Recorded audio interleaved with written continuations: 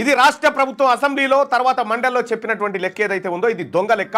BC ప్రజలరా అర్థమైపోయింది, వీళ్ళు మనకు న్యాయం చేయడానికి కానీ లేకపోతే మనకు రిజర్వేషన్లు ఇవ్వడానికి కానీ మన లెక్కలు తీయడానికి వీళ్ళకి ఇష్టం లేదు.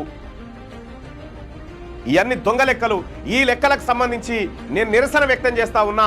ఈ రాష్ట్ర ప్రభుత్వం తప్పుదోవ పట్టించింది బీసీ ప్రజానికానికి.